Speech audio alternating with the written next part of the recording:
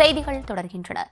நடிகர் தனுஷின் 42வது பிறந்த நாளை ஒட்டி சென்னை போயஸ் கார்டனில் உள்ள அவரது வீட்டிற்கு முன்பு தனுஷை காண ரசிகர்கள் குவிந்துள்ளனர். அதன் நேரடி காட்சிகளை தற்போது பார்க்கலாம். கூடுதல் விவரங்களோடு இணைகிறார் எமது செய்தியாளர் அஜய். அஜய், வணக்கம். விவரங்களை வழங்கலாம்.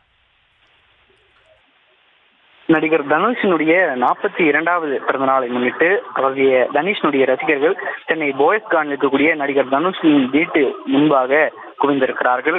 தமிழ் சினிமாவில் முன்னணி நடிகராக வளர்ந்து வரக்கூடிய தனுஷ் இயக்குநராகவும் பாடகராகவும் தயாரிப்பாளர் என பல்வேறு பரிணாமங்களை கொண்டிருக்கின்றார்.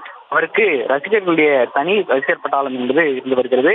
சமீப காலங்களாக வெளியான நடிகர் தனுஷினுடைய ராயன், சிற்றம்பலம் போன்ற படங்கள் ரசிகர்களுக்கு மத்தியில் நல்ல வரவேற்பை பெற்றாலும் அண்மையில், அதாவது 2-3 வாரங்களுக்கு முன்பு வெளிவந்த குபேரா ஓரளவில் கலவையான விமர்சனங்களை பெற்று விமர்சனங்களை கொண்டிருந்தாலும் கூட தற்பொழுது அடுத்து வரவிருக்கக்கூடிய இட்லி கடை திரைப்படத்திற்காக ரசிகர்கள் பெரும் எதிர்பார்ப்பை எதிர்க்கிறது. இந்த நிலையில இன்று அவருடைய பிறந்தநாள் தமிழகத்தின் பல்வேறு பகுதியில் இருக்கக்கூடிய தனுஷினுடைய ரசிகர்கள் தற்போது போயஸ் கார்டனில் இருக்கக்கூடிய அவரது இல்லத்தின் முன்பு குவிந்திருக்கிறார்கள். அவருக்கு பிறந்தநாள் வாழ்த்துக்கள் தெரிவிப்பதற்காக அவருடைய இல்லத்தின் முன்பு காலை 8 மணிக்கு இருக்கிறார்கள். தற்பொழுது வரை தனுஷ் வெளியில் வந்து ரசிகர்களுக்கு கையசைத்து பிறந்தநாள் வாழ்த்துக்கு நன்றி கூறுவார் என்றும் ரசிகர்கள் மிகுந்த ஏக்கத்தோடு எதிர்பார்ப்போடும் தற்பொழுது வீட்டிற்கு முன்பு தற்பொழுது அவர்களுடைய பிறந்தநாள் வாழ்த்துக்களோடு எதிர்பார்த்து காத்துக் கொண்டிருக்கிறார்கள்.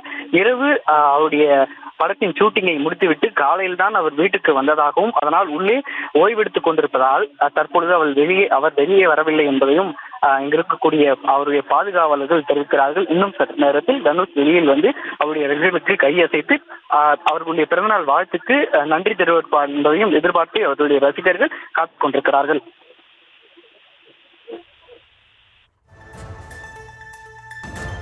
விவரங்களை வழங்கியமைக்கு நன்றி அஜய்.